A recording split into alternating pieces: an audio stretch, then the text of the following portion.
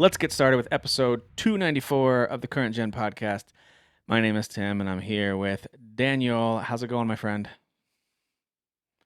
Oh, the double finger guns It is again? going. It's man. The end of a week off, so which is always bittersweet. Ah, You enjoy yeah, the rest, and the yeah. relaxation, and then it's back to being an adult. If you're not doing great, do you just do one finger gun? Is that how that works? If it's kind of like just okay, you're like, Just a ding, ding, ding. Just a single gun. just like a Just for sad, like camera looking here. down, like you said, like you're when the kid's kind of looking down, sighing. Yeah, yeah. Like kind of like. It absolutely happens. Yes, it does. Yeah. Well, we are hoping that our buddy Jeff might make a triumphant return this episode. We shall see. I'd love to hear from him how things are going. I know he's also been playing a lot of Ghost of Yotei. So if he joins, we will definitely be getting his thoughts on that game. Dan and I have also been playing it along with other stuff. So we will get back to some Ghost of Yotei chat probably later in the episode to wrap things up as we talk about other things we're playing. But because it's not new, it doesn't lead. It's no longer the leading story for no reason other than that's just how we're going to do it. And also, I want to wait in case Jeff joins us to talk about it. So, Sure. Ghost of Yotei, I think, is still on both of our plates. There's probably some other stuff too. There's a lot of demos right now. The Steam Next Fest, as this episode airs, it is wrapping up today. So, like this Monday, October 20th is when the Next Fest airs. They do a couple of these per year. I don't know, at least 2, I wanna say, maybe more. And there's just so many demos to play. Sometimes it's the same demos, but a lot of times you'll get a wave of new stuff that maybe you've wishlisted or it's from a dev that you didn't realize was working Mhm. on something. So it can be pretty fun to just go through and peruse and see what is on there. And even if you mainly play on other platforms, like Dan, if you're a PS5 gamer, or maybe like all of us, you dabble in some Switch gaming from time to time, Steam can still be a good place to go try out a game if it's gonna come out elsewhere because it just seems like demos for almost everything are sitting there. So go give that a look, and I'll be talking about a few demos that I played.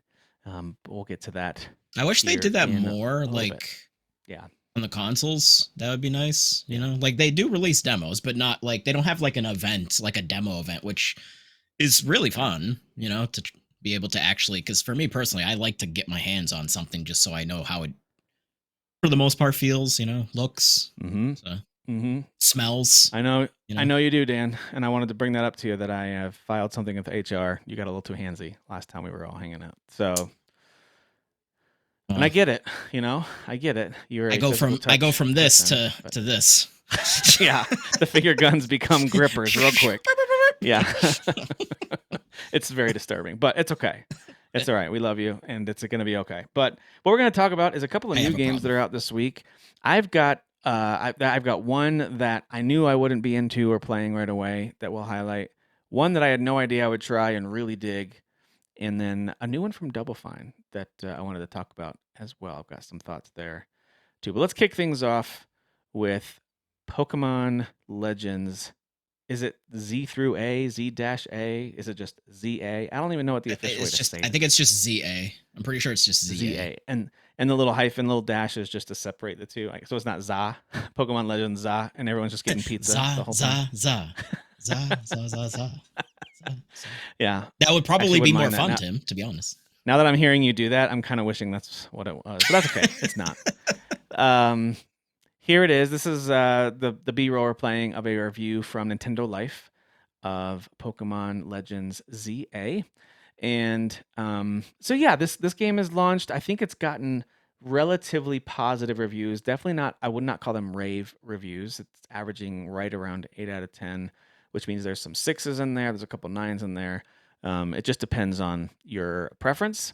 Some people really do like I mean, really, really like the format here. They really like the way the combat feels, the way it kind of is a more focused area, not going from city to city. Others have said that's a major detriment, that it takes away the Pokemon magic of traveling through the kind of wilds between cities and going to I've different been saying towns that. with it. So, and I think, yeah, Dan, you're definitely one of those saying the same thing. So, and it's totally valid. I think it's valid to enjoy it. It's valid to criticize it.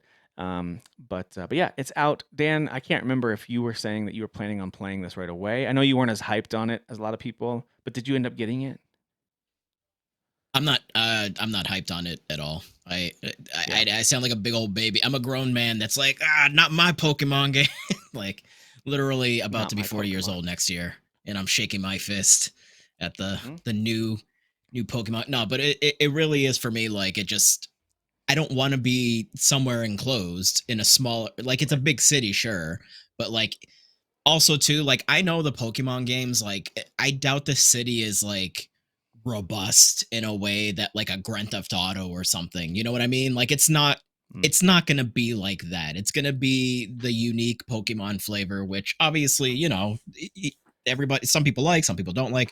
I do like the Mhm. Pokemon game still. I do. Yeah, I yeah, like the Violet and Scarlet, even though they definitely frame rate wise were not the best. yeah. They had a hard And I time. think the combat here looks really cool. Like I actually like that Yeah, it's more like it's kind of separates itself from the main line. So it's a bit more unique and a bit more, a little action heavy. actiony. Hmm. Yeah, but yeah, I don't lock me in a city. I don't want to go in the city. I don't even like cities in real life, Tim. I don't even like cities in real life. So I don't Yeah, want to I be trapped think in a city. there's definitely an audience for this. It's working for some people. Some people really loved Pokemon Legends Arceus or Arceus, however you say it, and but they just want a little more out of it. This seems like it has added to that formula a bit in some ways, maybe taken away in others, a little less exploring perhaps. Hmm. But you can make the argument that that first Legends game was actually pretty empty and bland, was what I heard from a lot of people too. So it just depends Right. on your viewpoint of it. But this is certainly going to appeal to a good number of people. You still have a lot of the Pokemon magic there, the collecting, the leveling up, the battling. It's just done in a different format, and yeah. But it is out. It is available on, I believe, Switch and Switch Two, or is it just Switch Two? Anyway, the Switch Two version is the way to go. It's on It's just not both. even close. It is It on was both. Okay. originally now It, on Switch, and then they were like, "Yeah, we're like gonna have a Switch 2 version." Like, yeah. Which makes sense because it needs the visual and mostly performance upgrade even more than the visual. Because you can see even the buildings, pretty flat textures, kind of just like flat images of windows on the buildings, and there's not a lot of depth or kind of feels like you're in a city vibes to it. It's a little more of that cell shaded cartoony vibe where there's nothing inside this building for you. yeah, Now maybe you can go into some buildings. It looked like you were inside some areas, I'm sure, sure. predetermined areas that you can go inside. But a lot of the city, it's just blocks that are there to kind of separate areas and give you something to climb on and something to navigate through. So anyway, yeah, I'm not here to cast dispersions or try to talk about it like I know how great it is. Either way, I'm just giving my outside Well, like observations. even that Pokemon Legends room, ZA. Yeah, can you just scroll back like 10 seconds yeah. if you don't mind, Tim? Like this This room right room here. like has some pretty decent Yeah, detail. this Like is right there, nice. Yeah, that's a yeah, that looks nice. this looks Um, great. so when they put in the effort, it can look not too bad, even though obviously This looks Pokemon has really a great. more, like you said, cartoony look to it. Um, Hmm. I don't know if it's just because I watch Kyle Bossman and he loves the Pokemon series, but also like a lot of people is just kind of like, all right, but like you guys have been phoning it in for years a bit. Like, can we like maybe put a little more effort, like in certain places, and Yeah, I'm at that place too. It's kind of like, listen, I yeah, love the idea of catching creatures and battling them, but like, could you guys put like a little more effort? Like the frame rate thing with yeah. Scarlet and Violet was pretty unacceptable. The Right. highest grossing media property on the planet, and you guys released a product like that, like Yeah, I know. And Pal World like showed him up big time in the visuals department, even yeah, if it was kind of a yeah, weird yeah. game overall. Like I know some people love it. It just I It ended up was thinking weird. it was just kind of weird. But It was weird. but visually way more impressive. Uh Yeah, yeah. Yeah. Well, this listen, the only thing I'm noticing as we're talking about it and watching this video, the animations on the Pokemon, not that they've been bad in the past in battle scenes, but they look pretty good. Like the animations look pretty yeah, great as like in yeah. combat as you're traveling around. So if you're a Pokemon fan, absolutely worth giving it a look. Maybe even a purchase. Depends on if this gameplay style appeals to you. So plenty. It looks like there's plenty to do and to upgrade and to buy and aesthetics and clothing and all the good stuff in addition to battling and going through the adventure. So Pokemon Legends ZA is out. Za, Highly za, recommend za, getting some pizza za, za, while you za. eat while you while you play it. All right, I mean, next that one that is sounds like out. a This good one time. surprised. This one surprised me. It's on Game Pass, which is why I gave it a try. I might actually buy it we'll see. It's really fun. It's called Ball X Pit. And so Okay. this is a roguelike brick breaking game. So literally this vertical slice that widens as you progress. And it's a brick breaker, right? So you're launching it starts Yep, with yep. pretty basic little orbs, but then it grows into weapons. You can be like things that bleed or start fire or freeze, or you can upgrade all kinds of powers. You unlock a lot of characters who have different abilities. And Okay. sometimes you can upgrade it so it goes through the enemies, but usually if you play Brick Breaker, you want it to bounce around quickly between those tight spaces and Right. kind of do a lot of damage really quickly.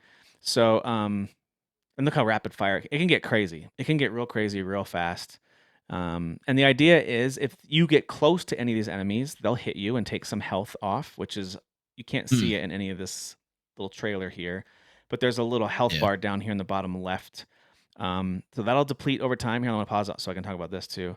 That little health bar depletes over time. Also, if they get to the bottom of the screen, almost like defenders, they do damage then too, and different enemies will do Okay. different Yeah. amounts of damage if they reach the bottom.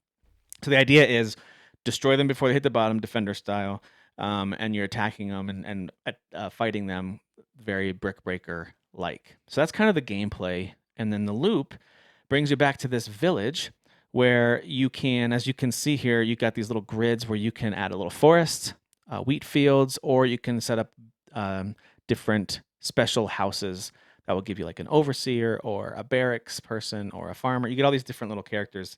And the idea here is Hmm. you get one shot and it goes along the bottom area right here. And you take a shot within this little area and it'll bounce around. So if I were to shoot like up to the left, if you cross over any of these, you collect the resources from it. So you want to angle it so you get as many of the resources as you can. And it'll bounce around for a limited amount of time.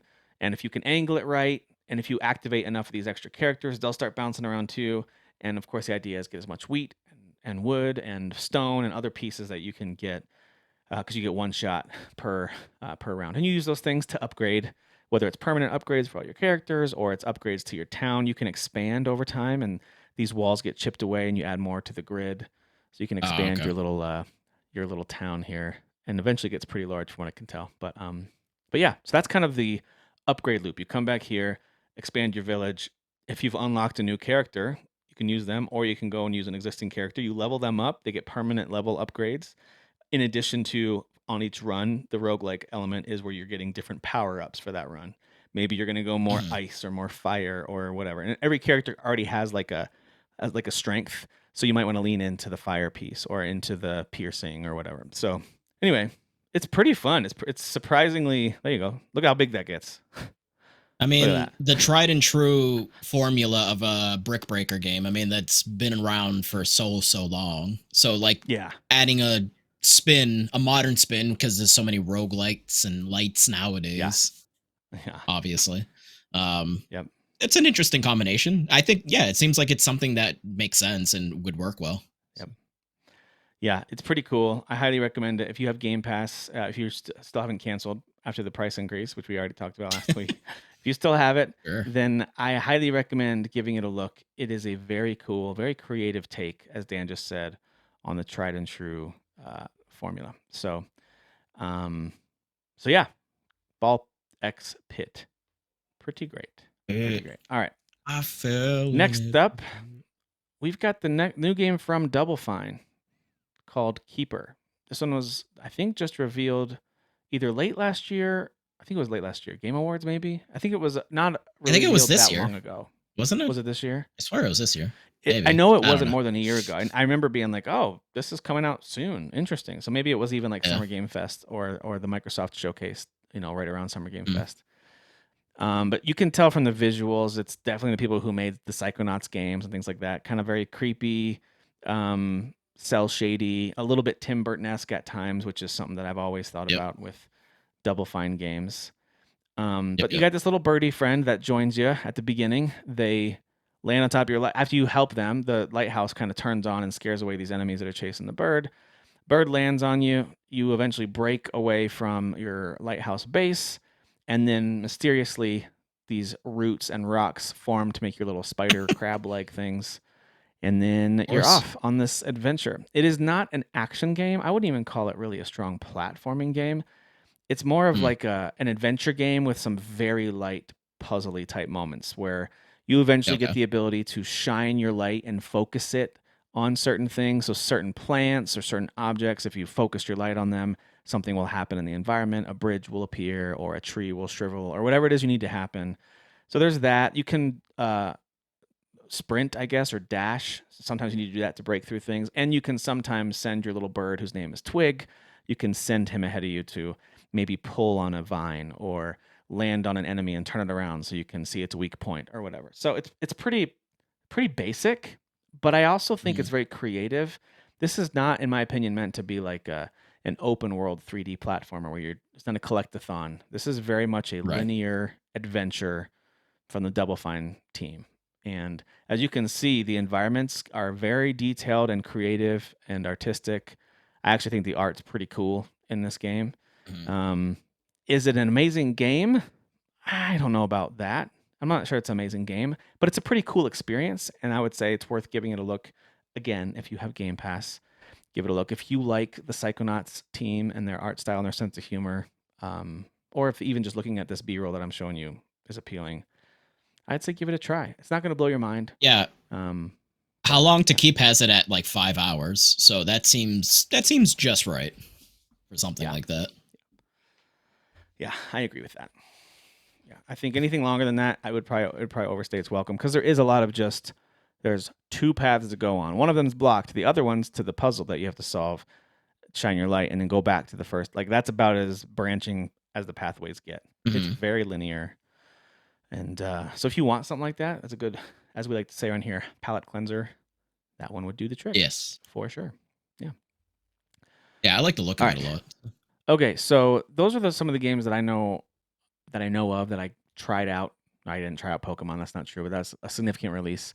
But those are the other two are ones that I've tried out. The rest of these are just ones that are out this week. And as we like to do around here, I like to feature a few of these. So I've still got the YouTube uh, playlist brought up here. So I'll go ahead and go through a few of these other games that also launched this week, this past week.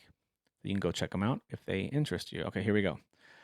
Blood West. Now, to be fair, Blood West was already out on PC. I was aware of it when it came out on PC. I just didn't really give it much attention. It's like this creepy shooter in the Old West. So there you go. Called a stealth shooter. Um, I like the look of it. but yeah, it's out on consoles now, so you can give it a look. I think it's got some DLC too, as you saw there in the little B-roll there. So there's some DLC you can try.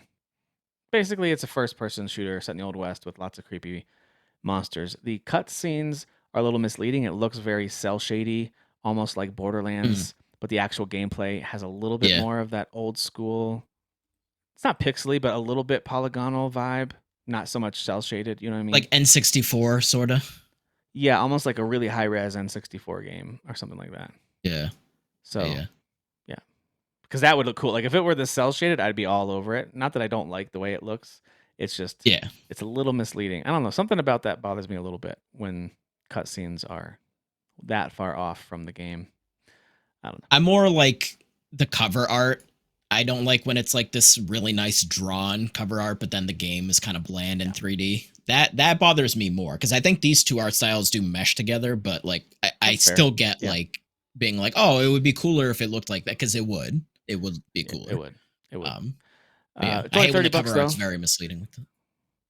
Yeah, I know. Especially think about in the 80s when they would have like real people on the cover and then the game would be like 5 Sure. pixels. Yeah.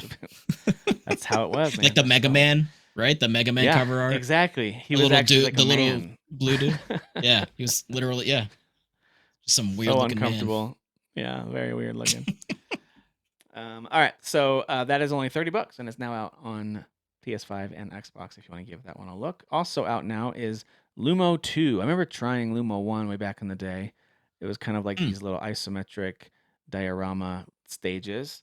Um, but I didn't get super far into it. I don't remember if it was on Game Pass or if I played a demo. I just remember trying the first Lumo a while back. So anyway, Lumo 2 is now out. Still has that similar feel, almost like Captain Toad's Treasure Tracker or those kind of games where you've got this mm, little diorama area, or even like we just talked about yeah, last week, Final Fantasy Tactics. A little bit of that sure. where Yeah, outside of yeah. a few levels that are inside, most of them are just these these little 3D spaces that you're exploring and navigating and fighting. Yep. So yeah, Lumo 2. It is out now on everything. So if you want to give that one a look, you can do that. There you go, Lumo 2. All right, next up, Spindle. I thought Spindle looked pretty cool. I know we're always suckers for these retro style games, right? When they kind of play I like a like it. modern I game, like but it. they look like a 16-bit sort of Yeah. experience. It's This what we reminds me of remember Zelda, of games back course. then looking like, Tim. This is how games looked. This is exactly how they looked. And don't go Yeah, fact check that, please. no. This does look Don't cool, go though. I take a like the look to look of see. it a lot. Yeah, I think Spindle looks really fun. It kind of reminds me of Zelda, those kind of games. Looks like an Yep. action adventure with some platforming elements there. You saw with like the grapple hook, creative boss fights, villages, people to talk to, all this kind of stuff. So I very like Legend of that Zelda. the character looks like Death, but like he has a little pig companion. I think that's a really nice combination there. Yeah, Death and a pig. It's really charming. I never thought that I wanted Yeah. that until I saw it. Yeah, exactly. So yeah, Spindle is out now on Switch and PC, so you can give that a look. All right, next up we've got Away from Home. This game has been talked about for a while now. We Whoa. might have even talked about it too. Definitely has a Earthbound RPG vibe to it, or maybe even Yeah. Secret of Evermore. A little bit of those two types of games. Mm-hmm. Very colorful characters, very weird art style in that little cutscene. But this looks a lot like a 1632-bit style game. I'm pretty sure it's an RPG, if I remember correctly. What? Oh, jeez, dude, this is Yeah, the art style is funky. Yeah. Yeah. There you go. There's some rhythm. Very cool. There's some strategy. There's some strategy. light I'm RPG out. stuff. No, I'm just kidding. It's tactics that you don't like, Dan. Let me remind you. Tactics. Oh, Strategy, okay. That's what it. Yeah. Yeah. Looks like mostly rhythm based in the combat, but This looks incredibly unique. Yeah, it's very unique. Again, it's called Away from Home. Some of these cutscene art pieces look really funky. Yeah, it looks like the combat is all rhythm based. Yeah. That's what it looked like. Which I don't mind. Yeah, not bad. This is just Steam. Yeah. So there you go. Away from Home. For right now, at least, it's on Steam. I don't see it anywhere else. So maybe it's elsewhere. But that's the only one I see it on. Okay. Next up, we have Escape from Duckov. So I think it's supposed to be a take on Escape from Tarkov. Is that correct? Is that the name of that? Yeah. Yeah. But of course, in this one, you're a duck. It's this isometric looking thing. It looks actually relatively complex. I think people are really enjoying this game. But yeah, it's got a cool isometric overhead view, and you literally are a duck, and it's like a combat, like a military strategy game almost. Action strategy game is what it looks like. Dude, he just busted in the. Oh my god! And it's actually kind of violent because they're just like exploding into little piles of blood. So. Yeah, it is. It's something, I mean, I thought I'd highlight it because it does look unique. It does look fun. I do believe there's multiplayer elements to it as well, and you can get it. It looks like it's also on mobile, so which doesn't surprise me at all with a game like that. But it's on PC if you want to go give that one a look. I do think people are enjoying it. We get the 1.0 release of this game, Necesse, which I've seen talked about for a long time. It's spelled Necesse. Yeah, it's one of those where you are kind of doing a lot of crafting, a lot of building your own town, and it's lots of survival meets like mega crafting. Oh jeez. Yeah, there's a lot. There's a lot of stuff, a lot of perks, a lot of perk trees, a lot of bosses, a lot of stuff, a lot of crafting to unlock over time. Well, it said 6 years, right, of early access. Yeah. Early access has been around. The game's been around for a long time, but now it's a 1.0 officially. So yeah, Necesse is out right now. Is that so, Jeff? Yeah, that's totally correct. Yeah. I totally was aware of that game. Everything you said in the last 5 seconds was not news to me. Mm-hmm. Could you read it? Could you read it back though? Could you read it back, Jeff? Could you say exactly verbatim what he just said? Yeah, he said necessity, Necessity. This. Yep. The bare It's, necessities. Version 1 is out now. Totally nailed it. Guys, Thank you. Jeff has joined us. It's been way too long. It's good to see you, my friend. And I see you even rocking the Bills hat. You know, I like that you're staying faithful despite their I struggles. didn't feel like excuse me. Okay, Despite it's their early. struggles. I'm just saying, hey, I'm a Penn State fan, and we've had an epic collapse, so I'm familiar with the struggles. You know, very familiar. So I don't want to talk about it. I really don't. I don't know why we started with that. That's really weird. But yeah, that's happening. I don't know. It's on Well, your we had head. to bring you in That's probably somehow, why. you know. It's just because I didn't want to give myself a haircut. That's the only reason. It's a little long. That's fair. Okay, it's fine. Totally fair. Everybody, Jeff is back. And listen, the only reason he's here, let's be honest, is he wants to talk about Ghost of Yotei. So I'm going to make him wait as long as possible before we do that. Cool.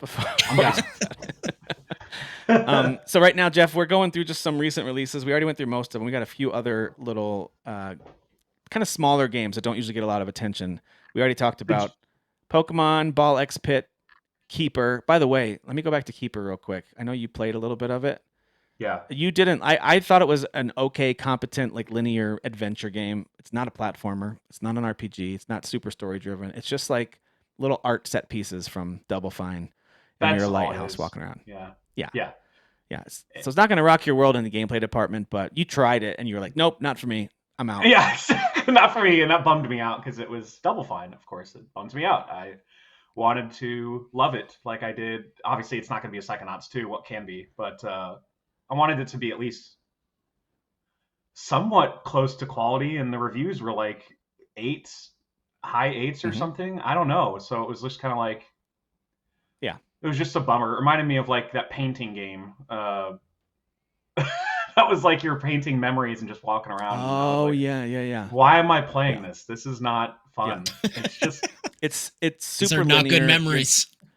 Yeah, it's super. There's not a whole lot of like. Let me like, especially when you're playing something like Ghost of Yotei, where it's so huge and open and it's just breaking new ground with all these different gameplay elements, and then you get to this and it's like just walk this direction. There's no other directions to go. Go this direction. And there's some cool colors, but that's about it. Totally. That's all we got. Yeah. Yeah, it's definitely. Check this one out. I'm not familiar with the movie that this company made or why this is a game. This all is very new to me. I don't know anything about Chickenhare and the Treasure of Spiking Beard, but I guess it's a company that made a movie. I'm serious. Sure. Oh, it's like a movie for it too. Okay. There's like it looks like a DreamWorks cartoon character. Sure. Anyway, the gameplay reminds me a lot of like old school licensed games that would come out like on PS2, just of course much better looking. From the reminds me hold of on, that. I'm sorry. Beloved universe. I'm sorry. Can you rewind that like 3 seconds? Because there's some tomfoolery in this trailer. What is that? Beloved universe. From the beloved universe, a brand new adventure. Well, is it beloved or is it new? Which one is it? I think Chickenhare is a beloved universe, and the fact that you don't know that is offensive to me and everyone who's watching and listening. So, I have no idea what it is. This is what we bring Jeff back for. This is what we bring Jeff back for. Yeah, right. There was a movie that came out what year is it? Yeah, 3 years ago, and it was. Oh, okay, sure. It's like a foreign whatever movie, like in French and English. That type movie.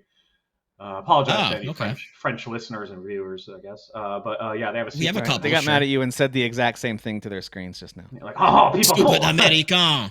Stupid American. Turn off this podcast. Yeah. Let's see what it sounds like too. Let me see. I just. All right. Got music. It's got some music. Sounds nice. Yeah. Boss fights. Listen, I'm all for like making fun of stuff that we don't know what it is. It actually looks like it's a competent 3D platformer. It actually does, yeah. Sure. Yeah, it does look pretty competent. I'm very surprised for something I Chickenhare and the Treasure of Spiking Beard does not roll off the tongue though. Yeah, it doesn't. Zero of that Chickenhare. I don't know about the design of the rabbit with the feathers coming out of his ears and elbows and head. I'm just a little confused by it. I know it's a Chickenhare. I understand it. I understand I get it. But I'm just confused by why it exists. That's all I'm saying. Anyway, well, he's more hair than chicken. right? should Because stick to your own species. be hair chicken. I don't. So he could have been hair chicken. I'm with you there. Yeah. Yeah. Maybe That would've made they more sense. probably tested that. They probably tested this with some focus groups, and they're like, chicken hair is way better than hair chicken. That's probably what they decided. Yeah. So, all right, well, moving on. A couple quick hits, just because they're big games. They're out now. Just Dance 2026 is out. Okay, I'm gonna move on. So is wow, NASCAR. I can't believe we're still going with those. Wow, that's crazy. NASCAR 25 is out. Yeah. Yay. All right, this last one is a game that if Kyle were here, I think he would want to pause and talk about for a little bit because it's a new MMO called PAX Dei. And it's just now, I guess it's been in various alphas and betas, and now it's finally maybe in PAX Dei, kind of an official PAX Dei. Yeah, how do you pronounce that? DEI. DEI. Moving on. Don't joke about it. Don't talk about it. So PAX Dei. I thought that was canceled. No. Anyway, that's fine. No. We can still do that. Only in games. Yeah, I didn't know that was allowed. Only in games. So anyway, it's an MMO. We get a lot of like cinematic stuff here. I don't think we see any gameplay. So okay, I was gonna say, like, where's the gameplay? Yeah. I do believe it's a pretty standard, 3D MMO. I don't think it's gonna rock the world. Well, Tim, if it gets there's the right social audience, those things can sandboxes, and there's MMO. So it's all of it in that order. You got the SM. Oh, package. it's a SOSAMO. I didn't know it was a SOSAMO. They should have said so. I would have played it. I have no idea what any of this is. You mostly play it on Instagram. That's why the social part is there. Oh my gosh. There you go. Hard pass. All right. So those are some of the new games that are out this week, and the only ones that I really spent any time with. Keeper just a little bit today, just so I could share what I thought about it, because I had a feeling it was a super short little adventure game. I wanted to just try it. Ball X Pit's pretty great. It's pretty silly if you like ball, kind of the brick breaking games where you're launching all these little orbs and stuff. And if you like roguelites, those are the two things it's combining. So it's pretty fun. And Pokemon. I mean, if you're a Pokemon gamer, you probably already have this, no matter what we say about it. Pokemon Legends ZA is out. So there you go. ZA. Yeah. Let's get some ZA and play some Pokemon. All right. So a couple pieces of news before we talk about Ghost of Yotei and everything else that we're playing. That's going to be the kind of the meat of the show, and then we'll wrap it up and let you guys all go. But it's going to be a little while, so buckle up. Here we go. So Square Enix just they released a new comparison video, almost like, I wonder if this was in response to something, but it had to do with showing Final Fantasy VII Remake running on Switch 2. And then they put it. Did you see this, Dan? Okay, you saw it with the Xbox and okay, PC, Xbox, PlayStation 5, and Switch 2. And admittedly, when I kind of skimmed through it a little bit, I didn't notice a ton of differences. There might have been some textures that were less detailed. I'm sure there were. The thing was, like, I kind of looked this up a little bit. People are saying, well, the video itself was in 30 frames per second, so you don't see the FPS difference, but it is only going to be 30 on the Switch 2. So keep that in mind. If you're a Nintendo gamer and you've been holding out for this game and you don't have a PS5 or didn't buy it there, or I guess a PS4 even for that matter, and you don't have a PC and don't plan on getting it there, if Nintendo's the place you're going to play it, just know it sounds like it's running pretty well, but it's 30 frames per second. It is going to take a few shortcuts visually, but overall it seems like it's going to be a decent version of it. So it's cool that it's happening. I'm curious if Rebirth will ever work on that thing, though, because Rebirth is a much more demanding game. I mean, I'm pretty sure they said they're gonna put it on there. So I know. I'm just curious, will it actually work? You know how they sometimes release things on systems and they don't work at all? Yeah, I don't know what I'm not familiar with that. All games work all the time on everything, especially when they're cloud versions. Yeah, especially those. I love a good cloud version of stuff. It's the best. Yeah. So even though it's not explicitly stated by Square Enix, it appears it appears to be their intention was to show Switch 2 version is going to be fine, and even though it's less powerful than other formats, it's going to be able to hold up just fine if that's how you want to play FF7 Remake. So there you go. I do believe it will sell a decent number of copies on the Switch 2, just because the sales of the Switch 2 console continue to just be ridiculous. It doesn't launch until January, though, so they're going to just miss that holiday window. But maybe people who buy their Switch 2s or get them for Christmas maybe it'll do well in that window right after the holidays. We shall see. There's part of me that wishes Kyle were here to scoff openly at this next one. Quantic Dream is making its first competitive multiplayer game. So keep in mind, Quantic Dream they're known for their single player, very story focused games. And most notoriously have been working on a Star Wars game called Eclipse for a long time. We haven't seen anything about that in a while. They did actually, in their statement, mention it by name, saying that work continues on Star Wars Eclipse. But our studio is no longer just focusing on a single project at a time. So this multiplayer game, it's called Spellcasters Chronicles. It's a 3v3 strategy action game where each match is played as 3v3 fast-paced 25-minute showdown across mystical arenas of epic scale. I'm so out. I can't even finish the description. Like I have no I don't want to play this at all. Like I was so checked out with this that like even something as small as calling it Spellcasters Chronicles. I hate when you have two words in a title and they both end in S. What are you doing? Yeah. Just say Spellcaster Chronicles. At least that rolls off the tongue better. But also, what is this studio doing? What is this? What are you doing? Yeah, what are you doing? I thought Sony said we're not doing this shit anymore, right? Because this seems like that era of like Concord and all that, like those decisions. That's what this seems like. Wait, dumb question. Does Sony own Quantic Dream? I didn't know that. No. I don't. Maybe they don't, but they work very closely with them. So they do mostly Sony. Yeah, they mostly do exclusives for Sony, but it's not like it's more of like a partnership. Isn't NetEase a Chinese company? Right? Yeah. Yes. Yeah. Yes. Yeah, they are. One of the largest. They're technically a Chinese developer and publisher of games. They're not like some big Tencent type company at a glance, at least. Yeah. Anyway, whatever. So Quantic Dream is, in case you're curious, if you're curious who we're talking about, they're the team that did Beyond Two Souls and Detroit Become Human and Heavy Rain. They do very all those games I love. Love all those games. They're great. Spellcasters Chronicles, Jeff, might be the first one you don't love. I know, and I just don't understand what their strategy is as a developer right now, because they 2 years ago they were like, hey, we're going to do an indie brand of our stuff called Spotlight by Quantic Dream, and that's how they released the Time Shift Warrior game, which is a really cool game. That's right. That is a cool game. That's a great, that's really cool. Cool concept. Yeah. Execution is pretty cool too. It's not amazing, but it's pretty rad. It's what it sounds like. You're literally pausing time and trying to run different routes so you can kill all enemies at the same time. It's really cool. Anyway, what are you doing?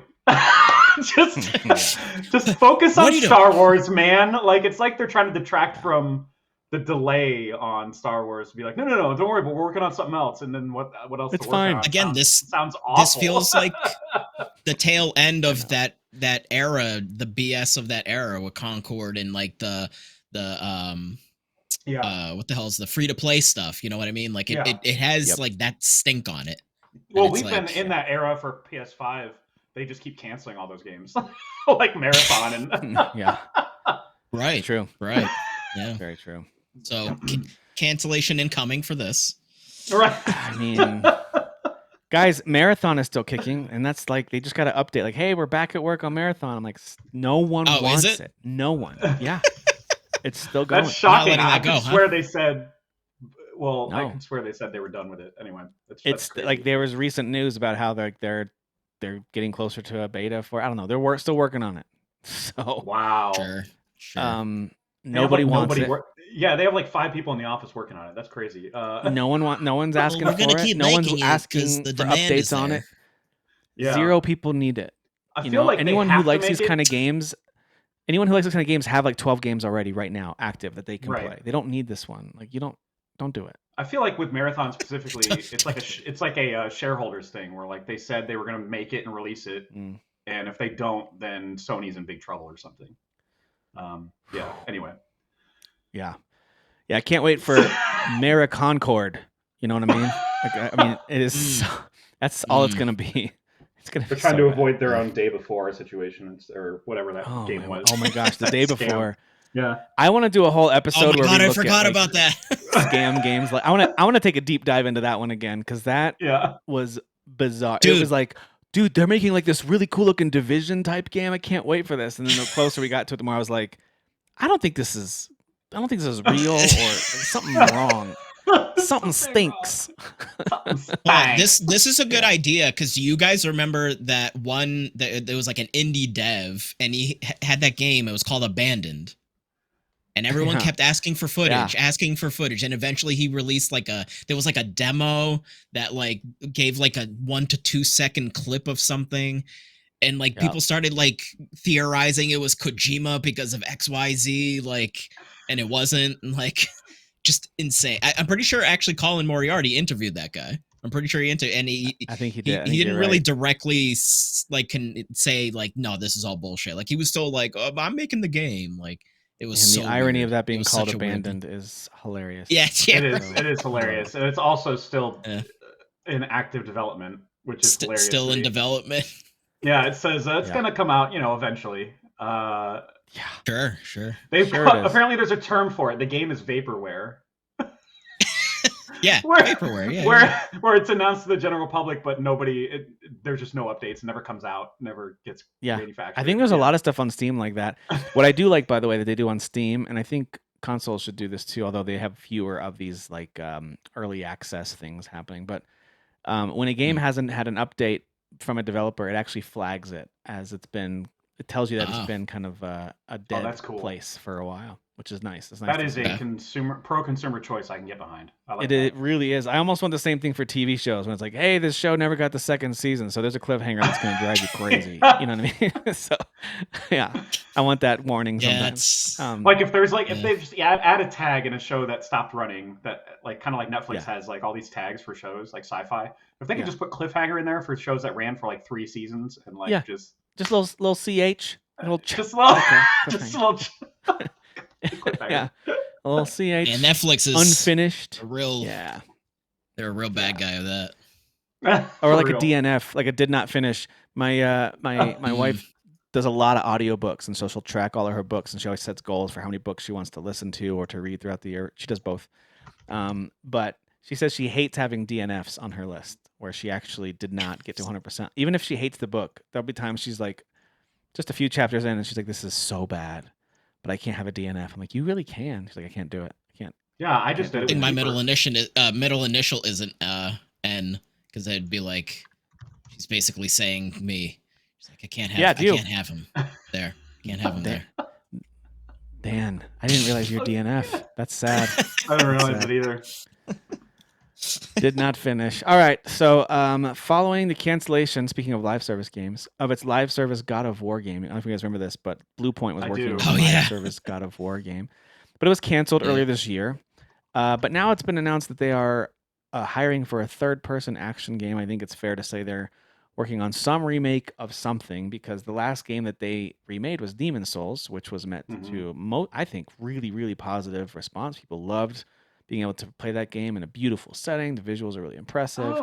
I'm seeing that this is what they do. They do remakes and remasters. This is what they do. Well, the God of War spinoff was going to be their first kind of like new standalone thing. Yeah. So, but that's been canceled. We don't know if whatever it is they're working on next is going to be new and standalone, or if it's a remake of something.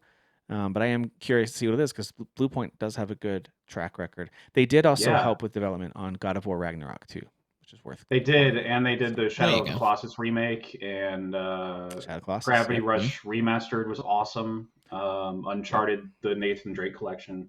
These guys got a good pedigree. I'm glad that they stopped on a game that like all of us were kind of like, I don't know if I want that as a live service game anyway. So right. The closest thing I wanted to a live service God of War game was what they did for the DLC, where you go into this like the roguelike rush. About the Valhalla thing, yeah, which actually did have some cool stuff, but I lost interest in it relatively quickly, like I knew I would. But I did think it was cool. It was fun. Yeah. Some of the upgrades were really neat. But that's the closest thing I ever want God of War to get to live service, like a thing like that, where you're like upgrading and doing another run. How far can I get? Don't like a Hades thing, but third person, which was actually really don't cool. ruin it. Okay. Yeah. Don't ruin Kratos for me. Right. Don't do it. Don't do this to me. But they they had some. I because there was no way I was gonna ever beat that DLC ever, even though it was a great expansion and everything. But like, apparently there were some great story moments and stuff of. Yeah. Yeah, I heard that. At by the end of him like making peace with who he was and who he is now and stuff. Yeah, like I looked that. through the. I just wanted to see like, okay, how much story is here? I think I made it about halfway through the various like things you need to get through to trigger the next little story moment or thing that happens. Yeah. So I don't know exactly what happened. I did like it. Some of the Valkyrie stuff was really cool. Anyway, it's yeah. Ragnarok. Hey of man, course, that God of War Ragnarok is a great game. It's pretty good. Pretty good. All right, guys. Last but not least, Switch 2. Speaking of big games that are possibly coming to the Switch 2, this has not even been officially announced yet. It seems like the worst kept secret, though, that Ubisoft is working on a port of Assassin's Creed Shadows for the Switch 2. Okay. If it doesn't happen, I'll be shocked because it just seems like every legitimate leaker out there has said, yeah, it's happening. And it's been like accidentally listed on different websites and stuff that usually like slip things early. So like Ubisoft is the biggest sieve of information. They can never keep a secret. We know this. So, but they're talking about it could be up for pre-order as early as the first week of November and release that first week of December, a port of AC Shadows for the Switch 2, which I think would be great. It's an excellent game. It's a gorgeous game, and I can't recommend enough that you play it on a super high quality system with an amazing screen. That's the way to play it. It's a beautiful game. Yeah, it's a great game. I'm playing it right now. Obviously because I'm in a, feudal Japan rabbit hole of video games. Yeah, you are. Playing it right now on Series X on my big OLED, and it's just so freaking beautiful, man. Yeah. It's gorgeous. Yeah, between Ghost of Yotei and Assassin's Creed Shadows, whatever anyone's opinions on both those games are, they scored relatively similarly, with Yotei having a slight edge in terms of most critics, but still pretty similar in their average scores.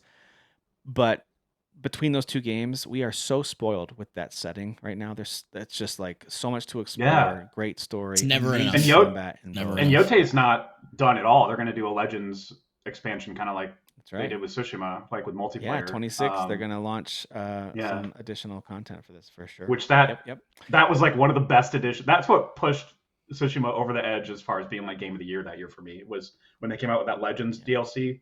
I was like, this should not be as good as it is. Yeah, for free, by the way.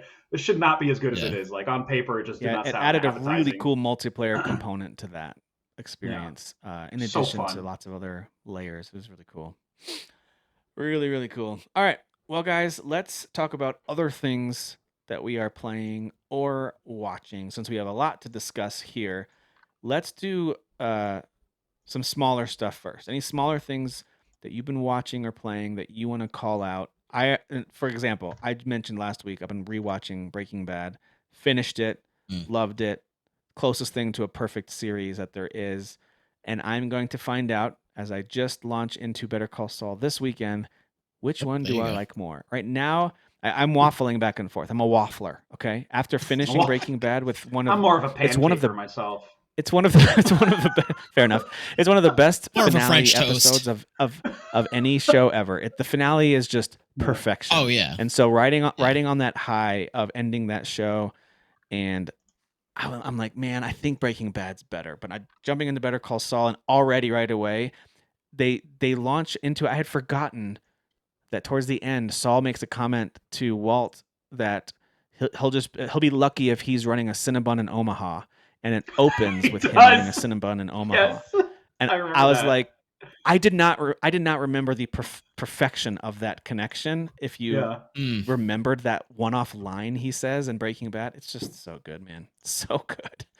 So anyway, love that show. Gilligan is one heck of a storyteller. He's very, very good at what he does. Love that show. And I am going to watch El Camino as well. I want to give Aaron Paul his due justice. Yeah. Aaron Paul is maybe not overall like the best actor I've ever seen, but in that role, he's just perfect as Jesse Pinkman. He just plays a really good movie in my opinion. Well. I don't know if it was the COVID of it all or what, but I remember watching that movie. Like, I don't know if my standards were low or what, but I just remember it being way more intense than I thought it was going to be. There's like it's just great.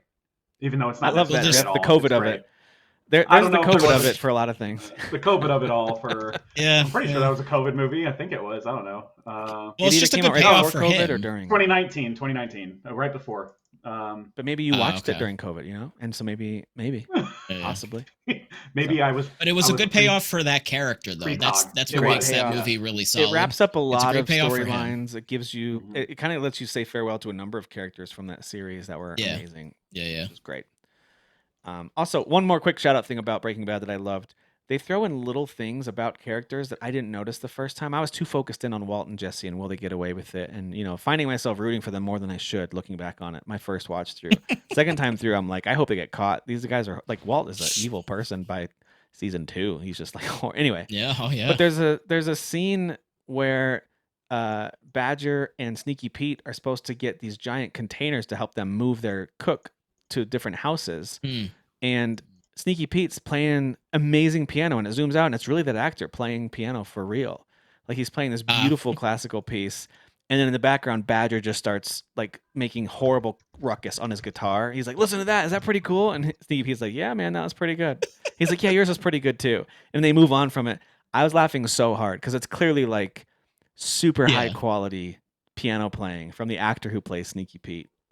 Or they did a really clever way of making it look like he played it, but it looked to me like he was playing a hand double. So I thought that was really cool. I love that. I didn't know that. All right. That's interesting. Yeah. Yes, the guy who played Sneaky Pete is apparently like a really interesting dude from what I've seen.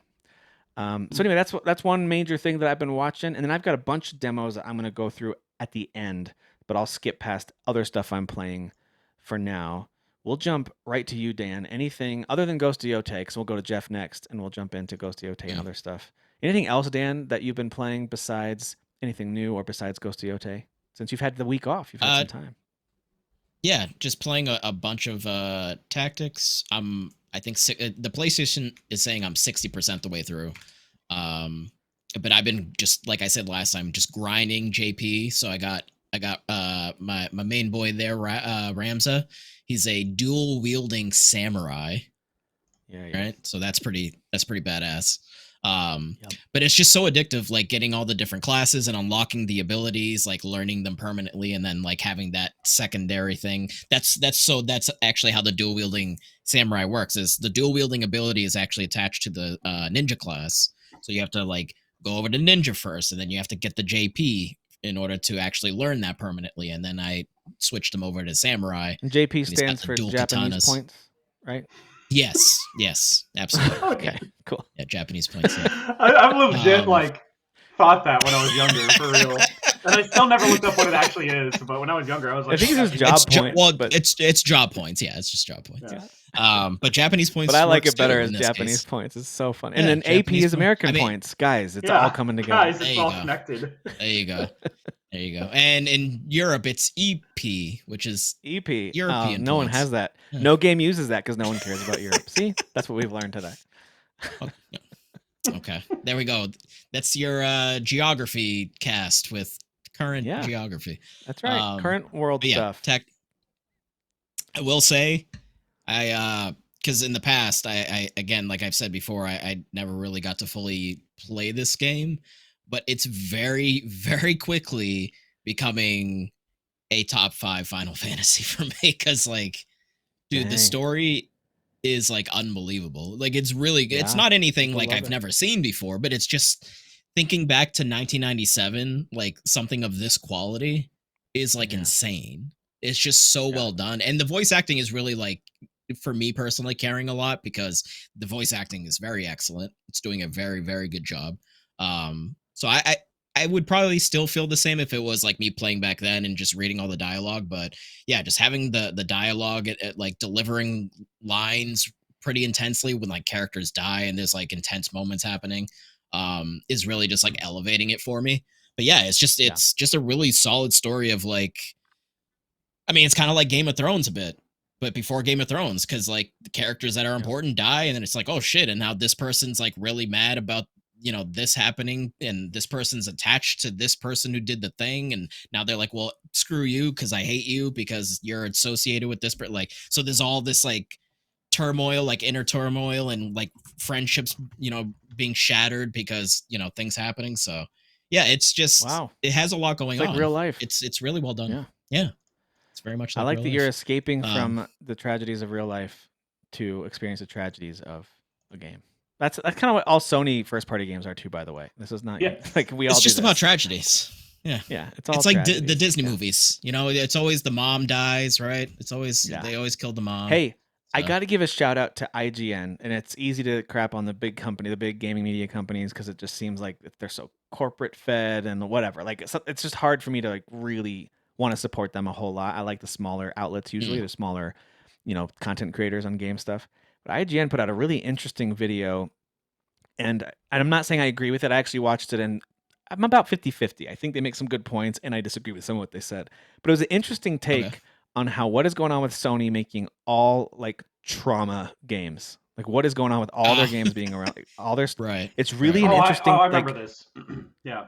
You saw that? Okay, it's really interesting. Like I was like, the headline was rage bait, but if you actually read it, it's like okay, you make some. Yeah, there's and the guy who does the narrating, whoever wrote the content for the video, admits that like we enjoy this. Like this is good. I'm not saying it's wrong. I'm just observing like what is going on with their dark, sad storytelling. Astrobot's like the only one that did not go this route. Like thankfully, Astrobot didn't have to like watch as his daddy bot's head was beat in, and then go get revenge. That's not how that game went. Not yet. Sorry to spoil. That's part 2.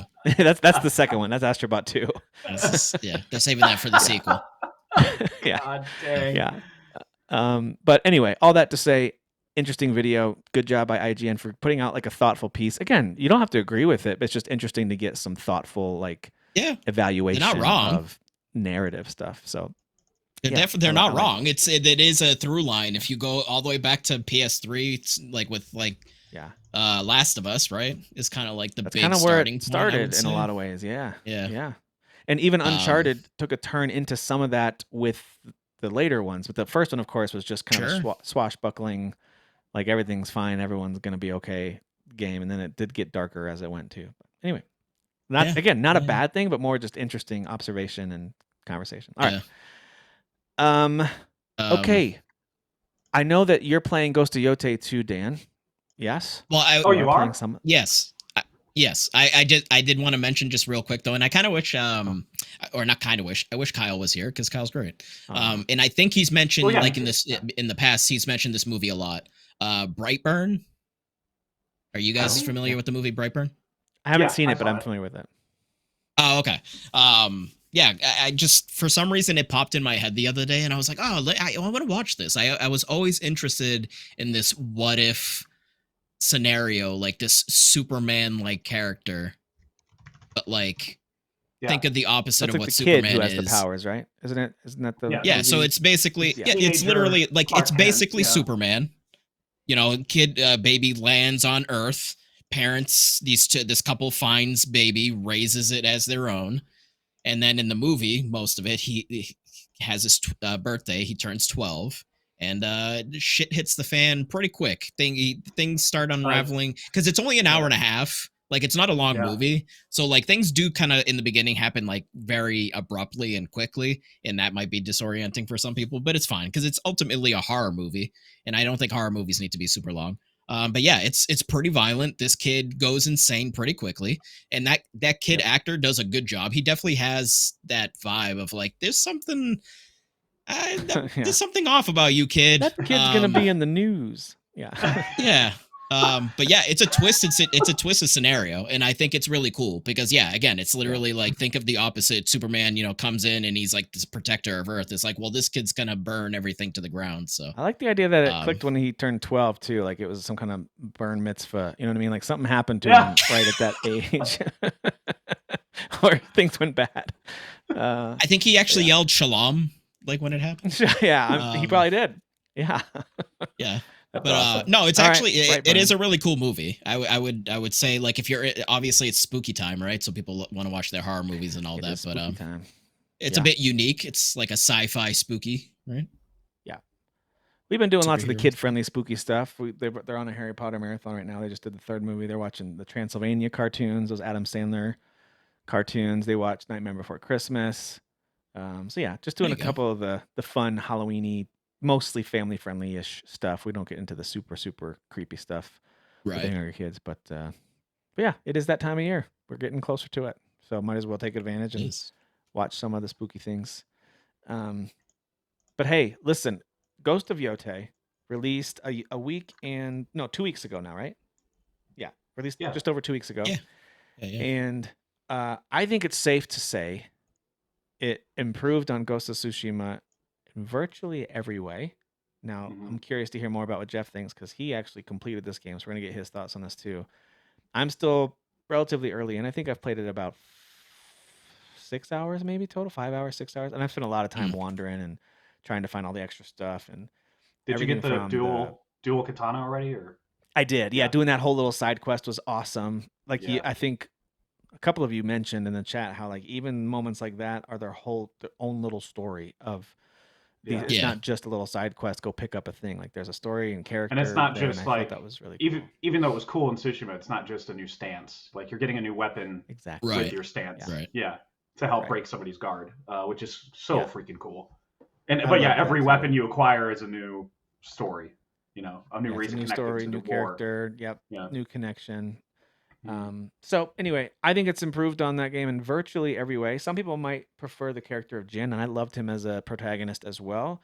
But if we're honestly evaluating him as a character versus Atsu as a character, they give you a lot more to connect with her on in terms of like her background and her childhood and the flashbacks. I feel like a little more connected to her, but I still loved Jin. Don't get me wrong. I think he was a great protagonist for that first game. And I loved his character, and the way he was performed was excellent. But this one does feel a lot more personal in a lot of ways. But anyway, all that I wanted to just tee it up to say I'm enjoying Ghost of Yotei a lot. But Jeff, you finished it. Why don't you? And we haven't heard from you in a while on games you're playing because you've had a lot on your plate in life. But I am intrigued by why this game caught your attention so much that you just couldn't put it down.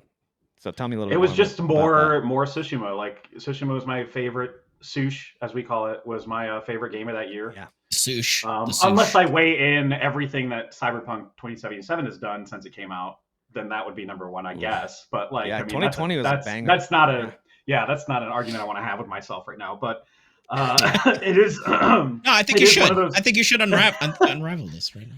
I think it was like the first couple hours I played. You know, the night I got it, which was like that Thursday, I think. I was just like, okay, yeah, it's great. This is more Yotei. This is more Tsushima. It's great. It's pretty. It's prettier. There's a lot more color in areas, and the mountain is gorgeous in the background of like every shot. But it was just one of those things where I made a conscious effort to play it more, and as I did, I just couldn't stop. It was kind of like Indiana Jones and the Great Circle. Like I couldn't put that game down until I beat it. Like I just couldn't. What a game. Yeah, for real, right? It's just the way that you would discover all these side quests, and whether they were like a one of those, what would they call it in the Tsushima? I don't think they called it anything in particular in Yotei, but it's those tales or whatever where you'd stumble upon a storyteller and he'd be like, hey, you can go get this mythical armor, whatever. And it becomes like a card on your map screen, right? Where you can kind of look. Yeah. Exactly. Yeah. So like finding that stuff was really cool and organic. The bounty system is pretty fun too. There's some fun. The bounty system is a blast. Oh my gosh, it's so good. Some of them have great stories too, where you don't end up killing every single one of them.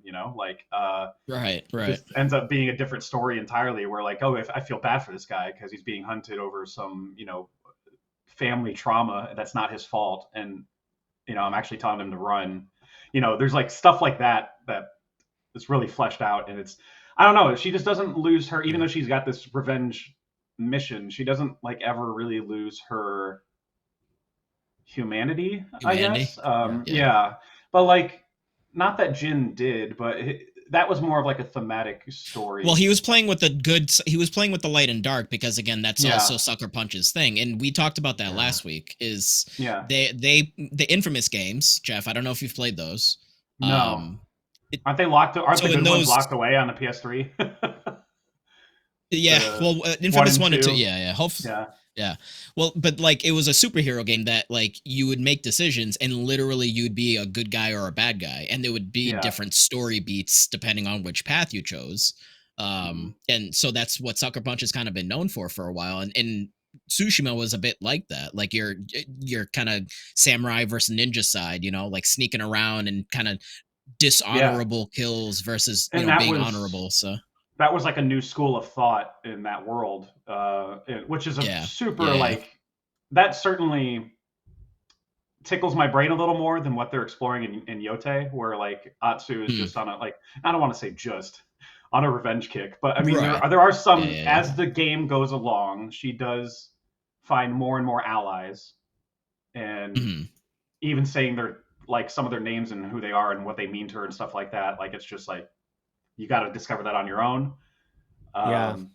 But that is the part of it that ends up kind of. I'm glad to hear that though, because there is something a little thin about the you did something horrible to my family a long time ago, so now I'm going to get you.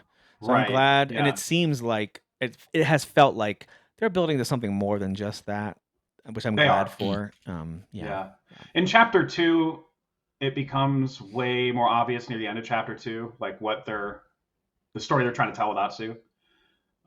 In a good way, like in a good way of like, oh man, we really got here, and I'm starting to care about these characters deeply. The story's really good in a way that saying more about it would just, I don't know, man. The discovering it on as you play the game more that's the gratifying part. Whereas Tsushima is kind of like, yeah, you're going around being a shinobi and you're killing people and from the shadows and stuff like that. Like, it's just, it's not, the story is, you can spoil elements of it, especially the very, very end, but Yotei is just a different kind of story. It is definitely more personal too, more rooted in family, and Tsushima is more rooted in like, I don't know, ideology and stuff like that or whatever. But gameplay wise, I would agree that it is. I can't even think about what story is better, 1 or 2. Like that's such a hard conversation for me to think about. But gameplay wise and graphically, like just some of the backgrounds and stuff, it's definitely an improvement, a massive improvement from 1, which is already one of the best games I've ever played in my life. So do you mess around with photo mode, Jeff? No, but you know what? Oh my God, that was the one thing that pissed me off the entire game. In a rush, whenever I would try to heal with spirit, camera's the left arrow, and I would constantly hit the camera, or it's the right arrow. I would constantly hit the camera as I'm like mid strike, or somebody's about to hit me, and I'm like, no, I just tried to heal. It was so annoying. You could take that photo though; it's gonna be a great photo, even if you're the one getting hit. Photo. It's all like blurry, but that was the only thing that like kind of pissed me off, was the choice to put it in right. I'm sure I could move it around. I even have to give them a shout out on. I remember the first one, there being a big issue about auto lock on your enemies and stuff. They do have an option for that. I think they ended up adding one to Tsushima, like with Legends or whatever. They ended up adding one later mechanically. Yotei already has that up front. Like if you want to enable it, I ended up not though, because I think the camera is more intuitive in this game. Like it recognizes when to, like, especially if you're climbing a shrine, which are totally optional. I stumbled upon like 4 shrines. Like at no point did anybody tell me, hey, you should climb that shrine, like go up to the top of the mountain and climb it. Nobody told me that. I just did it. Awesome. But it is one of those things where like, as you hit a certain part of a mountaintop or like, as you're getting closer to the summit, the camera like intuitively backs away. So it gives you a bigger picture of what you're looking at. And I think they did that for combat too, where like they kind of the camera kind of recognizes who's around you, so you're not guessing like God of War or the first game. It's, I got to give them a shout out for that, because I never once felt the need to auto lock on anything. We mentioned that a little bit last week, where I remember the first game, it really rubbed me the wrong way at first, but as I played it more, I got used to it, and I kind of appreciated what they were doing without having auto lock. It was just a little chaotic. It can be a little chaotic. With this one, I know either Dan or Kyle, one of you guys mentioned to me that there is an option to turn on I had mentioned the lock on, but I kept playing it after our episode. A couple days this past week, I've been able to dive in a little bit more. Still haven't activated that. I don't feel the need for it, because kind of what Jeff is saying, the game, honestly, it kind of locks on for you, but it wants you to use the left stick it wants you to fight against multiple enemies at once, whether it's parrying them or attacking them or doing a charged move or whatever, because they're not, yes, there's an element of them taking turns to come at you, but not really. Like there are times when you'll have multiple of them winding up for a hit. The entire like last, I want to say like the first mission of chapter 2, and then I think the last one, and definitely the last mission itself, you're surrounded by like tens of, depending on how good you are at hiding and sneaking around. I wasn't very good. I wasn't like very subtle. At one point I got mad and pulled out a gun and shot it, and then everybody came at me. Like, well, I was like, "You want to fire at me, Pow?" And then I see the red on my screen, and I was like, "Crap!" And it's like 15 guys come running at me. The stealth stuff is okay, but it's not any better, or well, I guess it's a little better. It's not any worse than the first game, that's for sure. The first game had like some stealth, but it wasn't amazing. When you get the weapon with the knives at the end of it, the chain, there's a really cool stealth kill with that. That you will never want to use anything else with that. It's so cool. Yeah, I've been using a lot of the bow and arrow. I got the bigger one, like the sniper one. That's usually a one-hit kill whenever you hit him. Yeah, the heavy arrows, which is great. I got the disarming arrows, which I just tried the disarming arrows. It's hilarious because they have to go find their weapon because you literally knock it out of their hands. It's awesome. It's funnier when it happens. That happened to me in a few duels where they were trying to disarm me and I disarmed them first, and they're like, Yeah, I pick up the weapon. I pick up their weapon before you can like pick up the weapon before they get to it and throw it at them, and it's so freaking great. That's still the best thing of this new game. And you can do it immediately. There's no qualms. There's no moral conundrum. She's already okay. Up knives. At first, I thought you had to aim, and I was like, I don't know, this system's kind of janky. Then I realized it automatically highlights, and you just hit square and instant throw. I was like, this is the coolest thing I've ever seen. And now, especially the spears. The spears feel the best. It's just this long ass thing that's just hurling through the air and just poof. The throwing things is amazing. Every time it feels like crunch from the controller when it goes through them. That's awesome. Crap. I'm trying to remember. Oh yeah. So the other tools that they give you, even when you do get surrounded, they give you so many things like smoke bombs and stuff like that you can just like poof and then Batman your way out of there and start assassinating again. Like there's ways to. They give you so many freaking tools in the game. They do. You will never want because they want you to know too. Like it's easy to get overwhelmed in this. They're trying to add some element of realism to it. Obviously, guys, for everyone, it's not realistic for one person to take on an army of 10, let alone 50 or 100. Yeah, that's just not going to happen in real life. So, and also they will say that in the dialogue too. If a part you're going into is too overwhelming for one person, they'll be like, "It's best to not alert anybody for this part." Just don't do it. It can get crazy. It can get pretty crazy pretty quick. So I'm glad to give you those tools. It's the same in Assassin's Creed Shadows, especially when you're Naoe. When you're Yasuke, you can kind of just barrel through everyone, and it's so satisfying to just club everyone over the head, and I love it. But he's got zero stealth capability. You can't sneak with him. So now you can sneak in, sneak out without never being seen.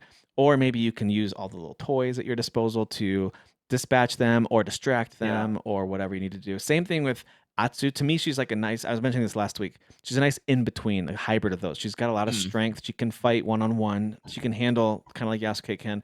And she can do the stealthy, sneaky, using lots of tools to take on bad guys. So like she's this nice combo of the two characters that I really, really loved using in Assassin's Creed Shadows.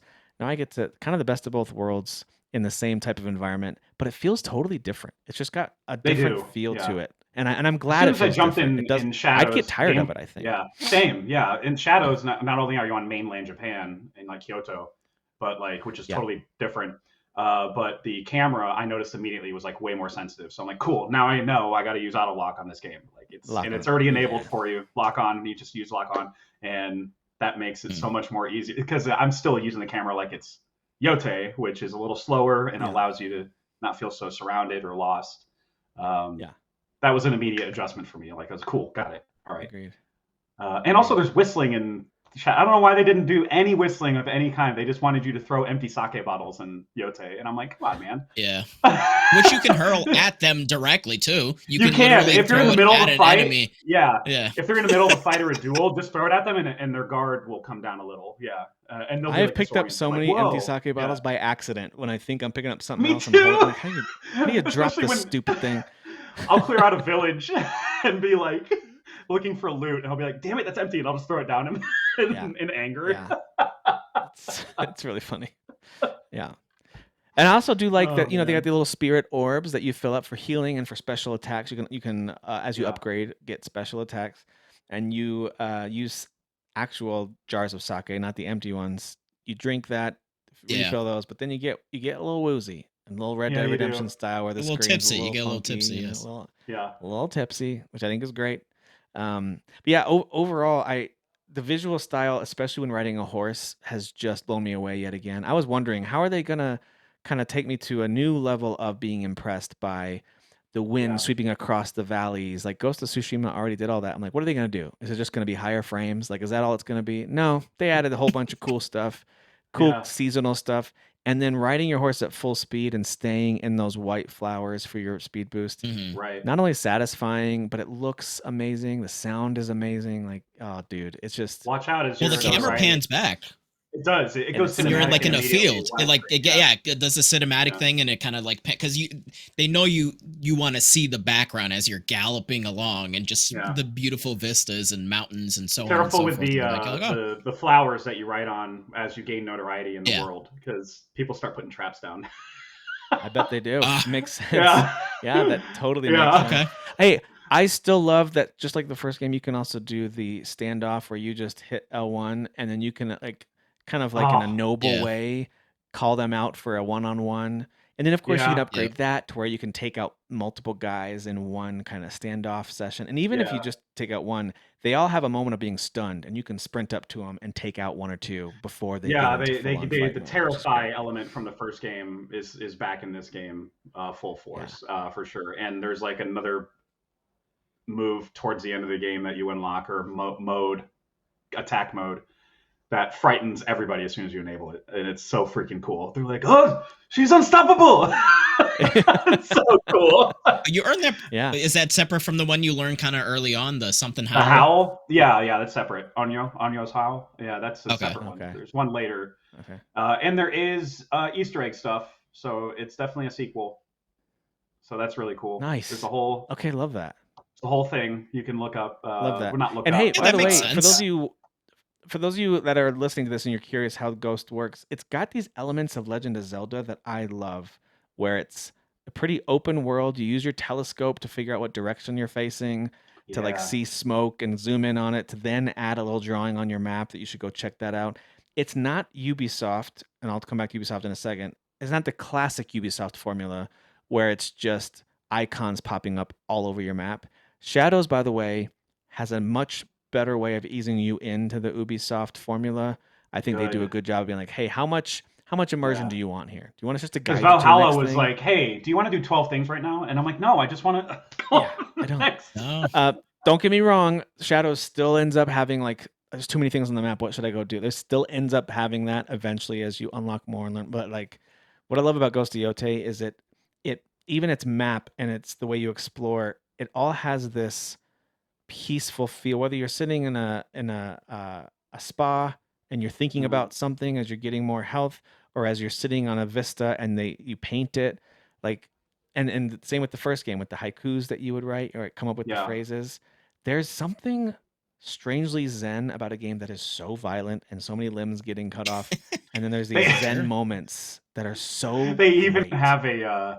They have a whatever his first name is, Mike, the director, the horror Japanese director. Oh, yeah.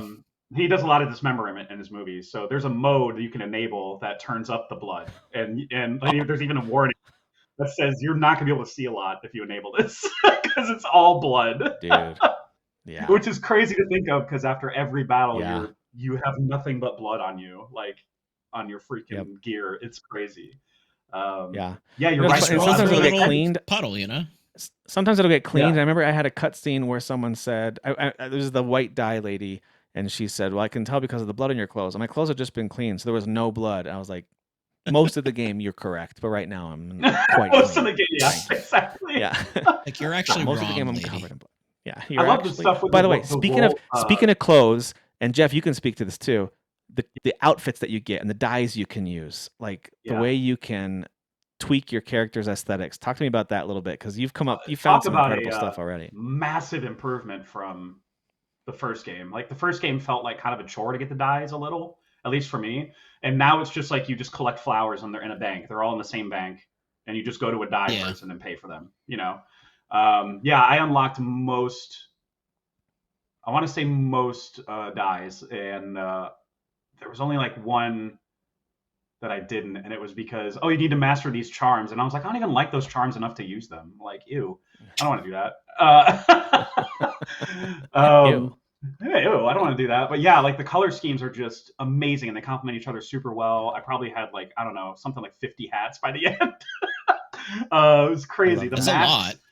they had they give you so many extra Onyo masks at the end, like right before your final mission, that are just so badass. Like, and I was like, I don't care that they take up my whole face. I'm wearing that to my final mission. Like, that is crazy how badass that is. And they're each different. Like, they're offered to you through the dye people, the dye houses or whatever. The different color schemes, and like one of them was like had like black tears and like a red like devil horns and stuff. And I'm like, this is badass, dude. It's so good. And every time, of course, you upgrade your armor, changes the color scheme and adds a little more padding. I forgot that it did that. I forgot that it like it did that a little in Tsushima. Like, yeah, but like now the colors are just more thought of. You know, they're just like kind of more thought of and present. Like that one that I sent you that ended up being the USA flag accidentally. That one started as red and black, and then the full upgrade. The full upgrade was had a blue on it, like almost like, I don't know. The description said something like it's for like a grieving father, whatever. And that armor, definitely go seek that out, because if you stagger one person and you upgrade your gear to the max, the armor to the max, then you have a major chance of adding stagger damage to all the enemies around you. What? So like you'll hit somebody, stagger them, and you'll see a gust of wind, and like 5 enemies will suddenly have a stagger added to their damage, which is huge for those battles where you're just surrounded. Yeah, exactly. That's why it was perfect for near the end of the game, because I was like, I'm getting surrounded so much more. It's also, there's I've only charm. found 2 of those. You mentioned a heavy armor. Heavy arrows. There's a charm that I found that if you upgrade it to the max, you can shoot 3 from that heavy. The heavy bow and arrow, 3 arrows at once, and it like picks out the headshots for you. It like locks onto their heads, and it's at the same Robin time Hood? you just see them drop at the same time, and you're like, oh, this is amazing. I saw a YouTube short that was talking about like a bow build, and being like, for people who love using bows in this game, or in games rather, in this game, like if you unlock certain things, like it's just bananas. Like there's one that gives you like feels in this game. Yeah. Me too. The only bitch there's one that gives you infinite concentration. Like if you jump up in the air, it's infinite concentration. So like literally in the video, it just showed them like jumping, like literally just jumping up in the air and just aiming at heads and like not losing the concentration. I was like, that's absurd. Like that's so good. Which can happen from high angles too, especially if you already unlock the thing where it's like, if I hit the floor, I can roll and there's no damage. That's awesome. Yeah, the charms are very like near the end, especially they're very, very hard to pick from, like which ones to get. But they're everywhere. It's not just hard to. But they're super important. They're super important. I ended up having the same. I ended up having the same charms for the last like 10 hours of the game, because they were just so good. One I wore the entire time was one you get at the beginning, which is like restore some of your health every kill or something like that. And I always kept. Dude, I put that on as soon as I got it. It's amazing. Yeah, but the other ones that you can upgrade, like to level 5 to level 3, whatever the max is, definitely pick and choose which ones you want to perfect. And if you find if you find like, well, I'm doing bow and arrow headshots all the time, maybe I should, get that charm that allows me to shoot 3 arrows. Just keep using that one. Well, what's beautiful about the heavy arrows, it's a little more forgiving, because if you hit them anywhere in the torso, they're dead. Like unless they've got major armor, I guess maybe. But like, there's some that have like knock them back. It's so funny. They go flying off of a guard's like guard tower or something like that. And then you hear the other guys going, "We are not alone." I didn't use a ton of range stuff in Assassin's Creed Shadows, so this has been fun. I used some of the bow and gun that you get with one character, and then some of the kunai you get with another one. I found myself usually doing more melee and either sneaking around or barging in. With this, I have found I already like the way the bow and arrow feels. It reminds me a little bit of the satisfaction of when I played Far Cry Primal, using that bow system. I really loved the way the bows and arrows felt in that game. Yeah. And so some games just get the feeling in a way that just clicks for me, and I think this one. I think both bows are kind of like that in this one for sure. Yeah, and the gun is fun, but like obviously, if you're a stealth player, it's only going to work when you're actually like raiding a castle and they know you're there. Like, just don't even bother with the guns. Yeah, totally. It's just too loud. Yeah. They're Go way hot. too freaking loud. Yeah. Totally get it. Yeah, man, It's a great game though. I just don't. It's hard. I wrote down my predictions for game of the year for this year so far, and I was like, yeah, this game's not going to be in there, man. Not the way it stands right now. Not Isn't that weird? Okay, so we're gushing about this game. We love it. It's the sequel that improved in almost every way on what we mostly think was, if not one of, maybe the best game of 2020, which also had Cyberpunk and had Last of Us Part 2 and Hades and a bunch of other amazing games. But Ghost of Tsushima was top, at least for our crew and for many people. And this is a sequel that improves in almost every way on it. You could make an argument that definitely every way. And yet, because of the other stuff that's come out this year, the stuff that has been pretty groundbreaking or kind of industry shifting, it's just like, sorry.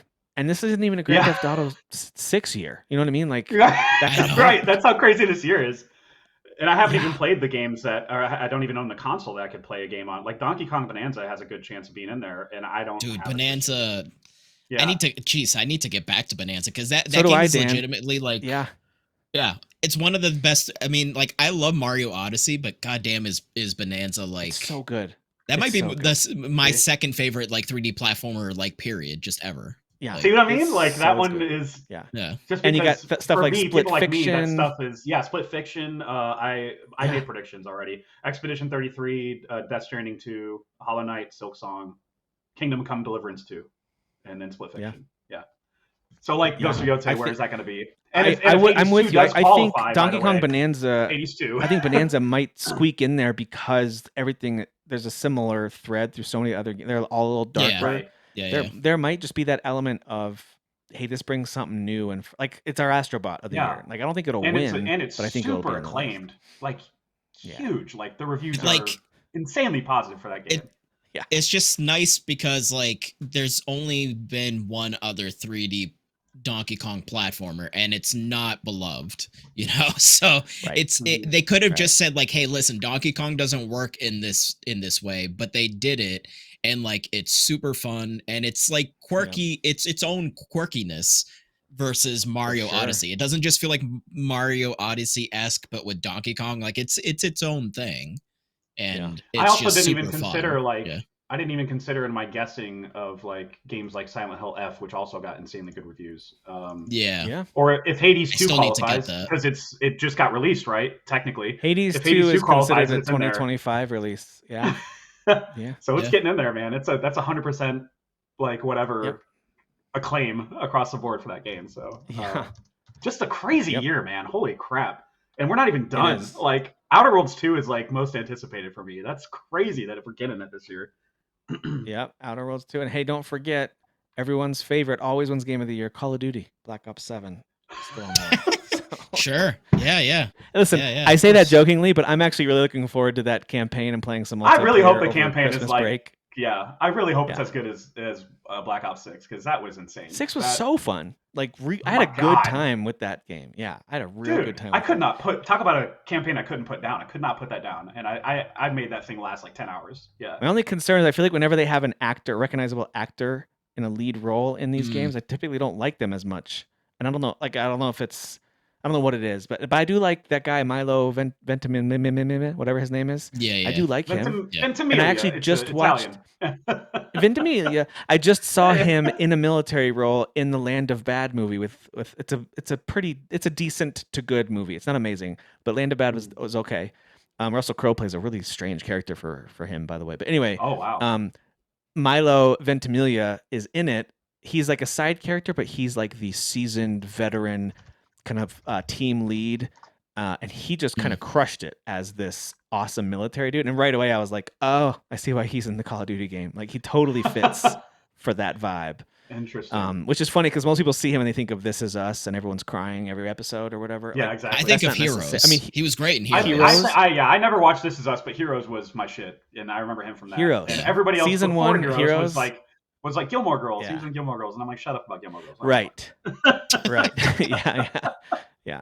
So anyway, I joke around about Call of Duty, the Game of the Year stuff, but personally, I'm looking forward to playing through the campaign, and I know I'll spend a decent chunk of time doing some multiplayer. Like there are some modes that I enjoy, And then at some point I'll get sick of it, and it'll get like, okay, everyone's so much better than me, I can't even enjoy it. I'm out. Listen, like that'll happen. COD multiplayer is a blast. I played a lot of that on Black Ops 6, and I did not expect to either. Like I was like, yeah, campaign's beaten, I guess I'm done. And then I was like, you know what, just for fun, I'll play. And I played for freaking hours. I could not stop. It was so much fun. Same. Yeah. That's because they hit you with that dopamine of everything that you do. Even when you lose, you unlock stuff, and it's like, oh, you do. Okay. Son of a bitch, you got me. Yeah, they got me. They got me again. All right. Well, guys, the Steam Next Fest is going on. I'm going to go through just some quick hits of some of the demos that I've been playing. Oh, shoot. I think these are worth a look. I wanted to mention a brand new show just came out called Splinter Cell Death Watch, and that's very good. Oh, yeah. It's by the guy who, well, whatever you want to call it, it's an animated show. It's by the guy who wrote all the John Wick movies and the Nobody movies. So, like, he knows action. And there are chunks of episodes that there's no dialogue and it's just action. Like, lots of chunks of episode. It's so good. It's such a badass show. Very violent. Yeah. And it's retired Sam Fisher. You got Liev Schreiber. To see his beard? Out of retirement. Yes. Yeah. It's so good, man. I'm all in. Well, it's about time we got some Splinter Cell, right? Yes, for real. Yeah, I know. I forgot this. Everybody in the comments is like, we got this before a new Splinter Cell game. Thanks, guys. But this show already got renewed, and maybe there's going to be an interest now to actually, I don't know, make a game. That would be amazing because this is something else, man. It's really good. Man, I love Splinter Cell. I love the whole universe. I love Sam Fisher's always been one of my favorite kind of and like Liev Schreiber is like the perfect voice for him, for sure. Yeah, he's got a great voice for that, for sure. Yeah, good call out on that one. Steam Next Fest. And that is on Netflix, by the way, for those who are listening. It is. The Splinter Cell show is on Netflix, so go give that a look. All right. So a couple of demos that I think you guys might be interested in some of these, and other ones I just want to tell people to avoid, but most of them are positive. I think I played through a whole bunch of them. There was a couple I didn't get a chance to get to just because of time. But here we go. The first one is this side-scrolling platformer called Constance. There's elements of it that does remind me a little bit of, oh shoot, Dan, what's that one with the girl with red hair? The platformy one. It's a hard platforming game. Anyway. Celeste. Yeah, there's elements of it that remind me of Celeste here and there. Because at first it's super easy, but then I started to get to some platforming areas that I was like, oh, all right, they're not joking around. But it's pretty fun. It's got this cool painterly vibe to it. As you can see, that right there. The dashing, it starts to get tough, man. Yeah. Like at first I was like, oh, this game might be kind of baby mode. It's a little too easy. Everything's easy to kill. No, that was just to get you used to the game. Even the demo gets pretty hard quick. Yeah. But it's super fun. It's got a great style, and some of the skills they give you are great. So I do recommend Constance if you like games like Celeste or Ori. Constance is a really good one. I mean, even that, like Constance, Celeste, like it's clearly inspired, I feel like, by Celeste. Like, it's got to be. So it comes out next month on November 24th, and there's a demo right now if you want to go give it a look. All right, so that's number one. Number two. This one's got so many cool vibes. Sorry. This one's called Kingdom of Night. So if you like Stranger Things, then this one is at least worth a look for you. I'm listening. Yeah. Go on. It's got this really cool 80s vibe. It's set in Arizona in the late 80s. Of course, there's these crazy zombie type monsters that everyone's turning into. It's super violent, as you can see there. Is this the zombie one you mentioned in the chat? It's got some zombie elements to it, but yeah, you are you're this kid who basically you start to get all these powers. I just thought it was really cool. The combat system is actually pretty fun. It is challenging. Like when you get to the first boss fight, you're like, okay, I need to get good, I guess. But yeah, tons of loot, tons of stuff to equip. Dude, look at this. Really cool vibes. Beelzebub, Lord of the Flies. Yeah. So I thought this game was great. The demo was great. So go give it a look. Even the art style just has really cool. Great vibes to it. So Kingdom of Night. Give that one a look. And I think the demo's out now. Let's see when the game's coming out. I think it's soon. Let me see. Sometimes they put it down there at the bottom, but it doesn't say. A lot of words. Yeah. Lots of words. Yeah, Kingdom of Night. I think it's soon. I think it might have said Q4 if I remember correctly. So it's supposed to be out this year. All right. Next up, we got Light Odyssey. I just tried this one out for a little bit today. It's this isometric action game where you are literally this little creature of light, and they have all this lore about who you are and why you're here and how you're going to restore light. So it's a very black and white kind of Shadow Colossus with some of these enemies, but it is called a Souls-like boss rush game. And this first boss you fight is hard, but it's cool. So the style of it's very cool. The concept of it is cool. It's tiny, as you can see there, a tiny little character fighting these gigantic enemies. And it's got kind of your normal thing. You can dash. You can, you have these combos that you do as you attack. Once you power up, you can do. You have a stamina bar, and so when you power up, you can max out your stamina bar and do a bunch of stuff without draining it. So, Light Odyssey, pretty solid game. It's worth a look. Coming out later this year, but the demo is out now too. All right, here's one that I don't recommend. It's called Of Ash and Steel. I added it to my wish list because I thought it looked really cool. Kind of this medieval RPG, trying to do some things like Kingdom Come or maybe like Elder Scrolls or something like that. It's so janky and really ugly. It looks janky. So yeah, it's really janky. Looks like Xbox One, PS4, like beginning era. Yeah. Yeah. And apparently there is a lot of depth to like the systems and things you upgrade. It just wasn't fun to play. It's trying to do a lot of things, and it doesn't do anything that I experienced in the demo very well. So I can't really recommend this one. If you're watching this video and this kind of looks like, hey, it's not so bad, I like a AA game, go give it a look. Go try the demo. But I thought Of Ash and Steel was pretty bad. Well, that's a bummer. Anyway. Yeah, big sad. But it's also nice to knock something off the wish list sometimes because I don't need to buy everything. Yes, I feel that. So that's just for me personally. Same with this one. This one's called The Road to Vostok. I wanted to try it out. It's a survival game, so you're like in kind of Eastern Europe, Russia type setting, and you're basically going out. You're trying to learn how to craft things, but it's a survival game, so you can run out of water, run out of food, and that part does get stressful if you don't like those kind of games. There is some combat, which is okay. The shooting's okay. There's some really deep systems in terms of crafting and inventory and upgrading your cabin. And as you can see here, there's lots to upgrade. So it's maybe worth a look if you really like survival games and managing your inventory and looting. You do a lot of looting. You go from house to house, looting everything you can find, and then taking it back to your cabin. And so anyway, you can give this one a look if you want. A Road to Vostok. Let me just get to the title. There it is. Vostok. Road to Vostok. Vostok. That's probably how you say it, actually. Yeah. So, yeah. That's one that I played a little bit. This one was super cozy, super fun. If you like the Game Dev Tycoon, it's the same team that did that. This game is called Tavern Keeper, and it's exactly what it sounds like. You're in this kind of fantasy medieval world where you're running a tavern. And you start from scratch and you serve like a really crappy kind of beer and you hire a really bad employee at first and you try to make it work.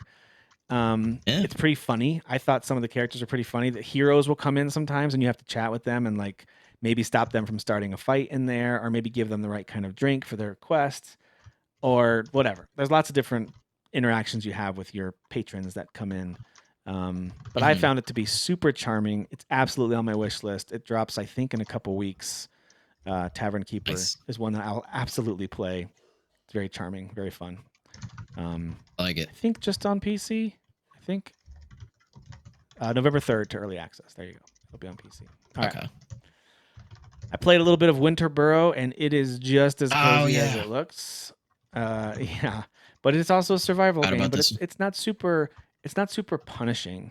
So you can wander a little farther every time. You want to repair this hovel. There is, of course, a sad story at the beginning of how you are now trying to repair this hovel up as this little field mouse that's come back home.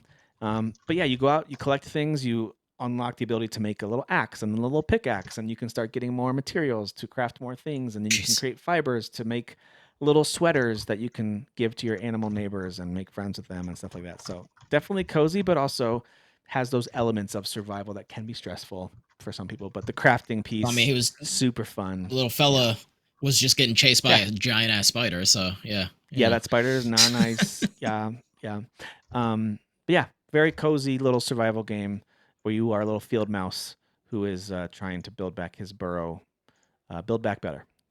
That's what he's doing. You did not. We're getting very political. You got me on that one. So that's on. It's on everything except for PlayStation. Looks Winter like. 25. You can get it on Xbox. You can get it on Switch or on Steam for that one. Excuse me. I loved this one. It wasn't nearly as actiony in the demo as this little sizzle reel at the opening looks. This one's called The Last Caretaker. You are a sentient kind of AI robot that's a caretaker. Humans are all gone. Don't know why. There's like essentially oceans have taken over everything. So it's kind of a water world-esque place. And at the beginning, you're in a factory kind of like this. There's hardly any enemies. It's very easy at the beginning. You have very rudimentary items, hardly anything you know how to craft. But it starts out with a lot of this. You're carrying items around. You're connecting cables to get the power going, and then you want to get your ship going again. The whole demo is just you in this rundown oil rig type place, getting your ship working again, and then setting sail, and then the demo ends. And I'm very fascinated to find out, where do you go? Like, what's the next gameplay thing? I haven't gotten any guns. All I had was some melee weapons. But you do a lot of this, connecting cables, learning how to craft new things. You can anything you can pick up, which is a lot of things, you throw into that. Let me go back. You throw into that disassembly thing, this thing that's churning out little pieces. So every scrap piece that you find, every old tire, every box, anything you can pick up, you chuck in here and it will churn out materials for you, which is always great in a crafting game to have tons of materials. So I like that system. It's very satisfying. Really, I think, creative and cool way to do a survival adventure, survival action type of a game where you are a robot. So, and then you set sail, and then I don't know what happens after that. Where's he going? So where's he going? Yeah, where are we going? It looks like there's plenty more factories and stuff to find, plenty of things to shoot. So, yeah, The Last Caretaker, highly recommend it if you like those survival action. Well, if it's a water world, he's got to go find the one piece of land, right? Because that's what you would think. You would think. It reminds me. Actually, I was gonna this little kind of next video up thing that popped up. I was gonna say if you like stuff like Subnautica, you'd probably like The Last Caretaker. So give that one a look. Yeah. All right, this one I thought was hilarious and super fun. It's called Quarantine Zone: The Last Check. It's so dumb, dude. The way he just got shot, but he was like leaping at us, like. So, okay, you are in charge of a quarantine checkpoint during a zombie apocalypse. So people will come in the gate and you have to evaluate them. You get all these different scanners and like things where you can scan to see underneath. It doesn't get like obscene. You can like look underneath. They still have underwear on, but you can look underneath his shirt to see if they're hiding a bite on their arm or on their leg, under their pants or something like that. And you can check their temperature. You look at their eyes. They give you all these little pictures to compare. Like, is their skin too pale? All these things that you check. What? Go ahead. This is just like that other game that you played where you were like, yes, it is. The stop. It was like Eastern European, like you were checking to make sure the trucks were contraband. Yes, there you go. I played literally contraband. It's contraband police, but in a zombie apocalypse, and that's exactly what it is. There's even a time when they'll get aggressive at you, and you saw when they shot somebody that you had to take them out. But they're okay. You can put them in quarantine. Let's say they only have a few of the symptoms, but you're not sure if they're infected or not, right? They have a bad cough and they're wheezing. You put them in this quarantine, but if you're wrong and they are infected, they'll kill anyone else who's in the quarantine, as you can see here. Oh no! And so then you have to go over here and pull this, whatever this magical button is that cleans it, and they're gone. I don't know what that is, but it works, and they're dead. And of course, if you let someone through to the main civilian block, then you're totally screwed because you've now released it. You lose because you've released the swarm. So anyway, and then they do have some things where you actually take over a drone and fight off zombie hordes that will come after you. You can upgrade your base defenses and control a drone. Let me see if they show any of that. They might not. Yeah, here we go. You control this drone and you like are defending caravans or your base. Jeez. Yeah, so there's stuff like that too. Listen, is it weird and kind of janky? Yeah. But is it also super fun? Yeah. Sometimes janky is good. Sometimes janky is good. That's right. All right, moving on here. Last one.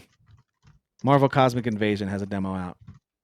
you guys should absolutely try this game. I know you're aware of it. Okay. Yeah. You should absolutely try this game. It's a beat 'em up in the Marvel universe. If you guys haven't, I know you've heard of it. We were talking about in our chat too how awesome this looks. It's so fun, and the superpowers you get, the characters you use, the way you swap back and forth. Think Streets of Rage, Ninja Turtles, but with Marvel characters. It's all the stuff you would want, all the stuff you remember playing probably in an arcade back when you were younger. Oh yeah. It's that style of game. So super, super fun, and there's a demo for it right now. And the demo might just be on Steam. I'm not sure. But it is coming to all platforms. This game is. Yeah, I'll have to go check the PlayStation. So yeah, those are the demos that I tried out over this past week with the Steam Next Fest. That's wild. There are some Next Fests that come and go, and I don't play a lot of stuff. They should call it some Diddle like this Fest one from now on, because I think you just did a lot of diddling. Yeah, I diddled so much.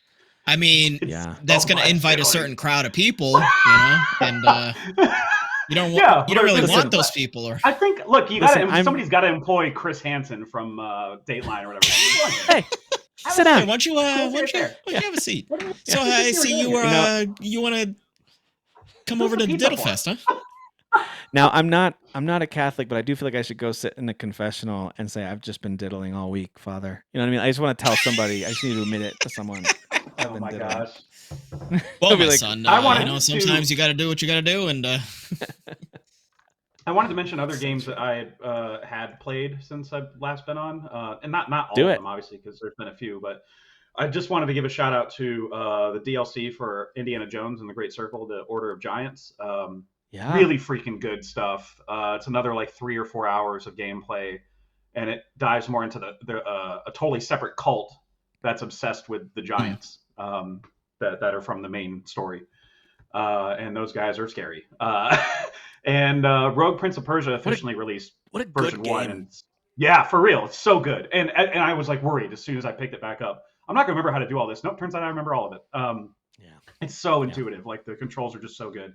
And then the Rogue Prince of Persia came out with version 1, and it was already on Game Pass. So like that super freaking good.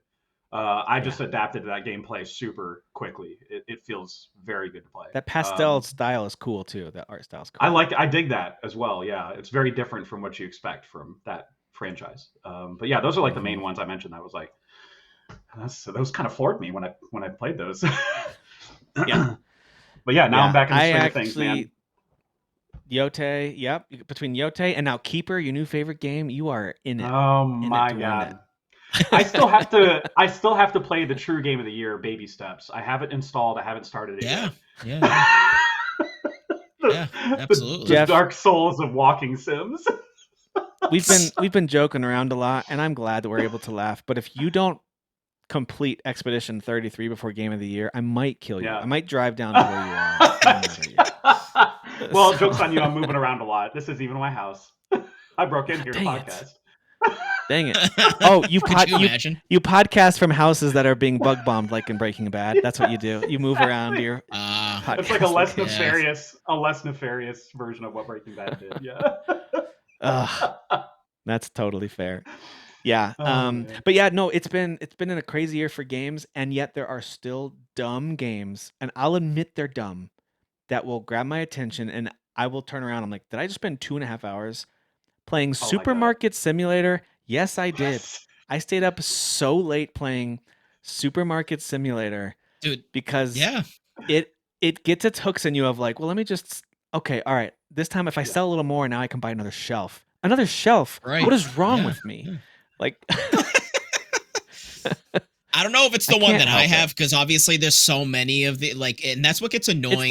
It's the main one. It's the one that's on Game Pass now. They just have it on Game Pass. It's the same one. Okay. Yeah, I still have. I know you guys have obviously talked about this before when I wasn't on the program, but the Game Pass price increase did not deter me at all. It's no longer 4Pass. Let me tell you that. You're part of the problem, Jeff. I am part of the problem. I'm still on there going, oh, hey, look, Ball X Fit and Keeper's on there. Let me just get those real quick. And yeah, I can't stop. It's a problem. It really is. I'm with you. And by the way, the one we talked about earlier, the PAX Day, I don't know how to say that. Anyway, that one is on Game Pass as well. So if you want to try that MMO the sandbox whatever MMO. If you want to play Rainbow Six Siege, my son is a huge fan of that. He can't stop playing Rainbow Six Siege. That's his game. Like that replaced Fortnite and all the other and Marvel. Oh, thank God. Whatever that Marvel one is. He plays Rainbow Six Siege all the time. Rivals, yeah. They added the casting of Frank Stone, which I think was the Dead by Daylight spinoff. Yeah, that was a spinoff. Yeah. By that's on the Until Dawn. They added Hogwarts Legacy. Yep. Which, by the way, Hogwarts Legacy was like the day that they raised prices, and they're like, "Come on, guys, right? Yeah. It's fine." And then a ton of Ubisoft games like Ghost Recon, a bunch of Assassin's Creed, like even like Starlink, kind of the very underappreciated Star Fox like game Starlink that they put out. You know, like whatever that was. There's Supermarket Simulator. Let me see what this looks like. It's so bad, Jeff. It's so ridiculous. Bad. Yeah, it's so bad. And even when you start watching for some customers that will come in and they won't have a shopping bag, they'll just be looking around and they'll steal stuff, put it in their pockets.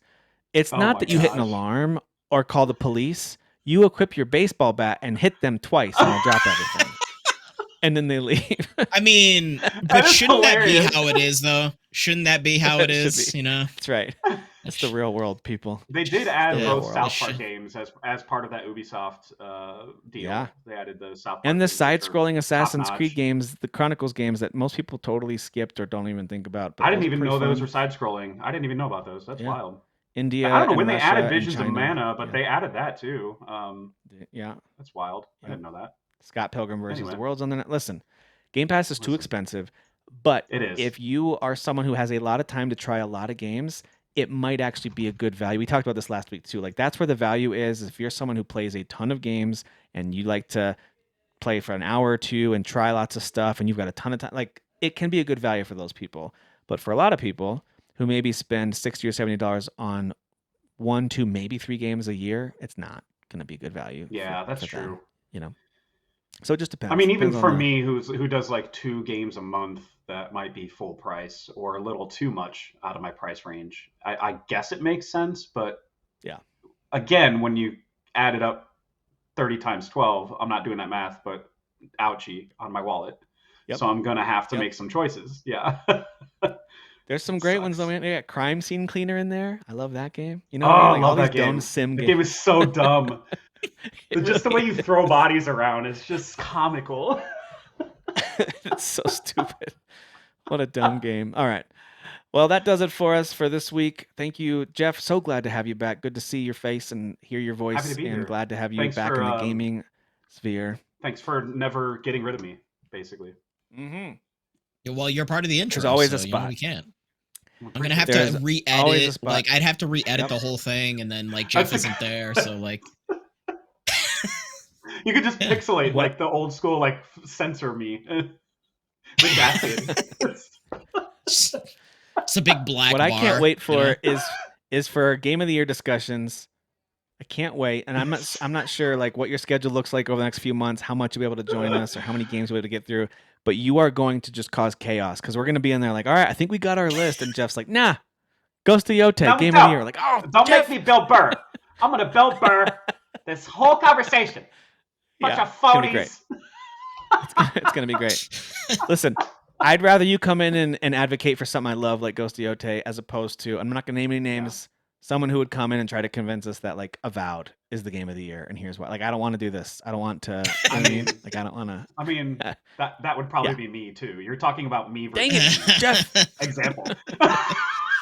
I love Avowed. I love that right now in my mind, I've got a pretty clear picture of what I think our combined list and my personal list will look like. I have a pretty good but I can't wait for Outer Worlds 2 to ruin that plan. Maybe even Metroid Prime 4 to ruin that plan. Like I can't wait. Isn't it wild how for me I have Octopath. two sequels. Yeah. Right. I have 2 sequels to Game of the Years for me.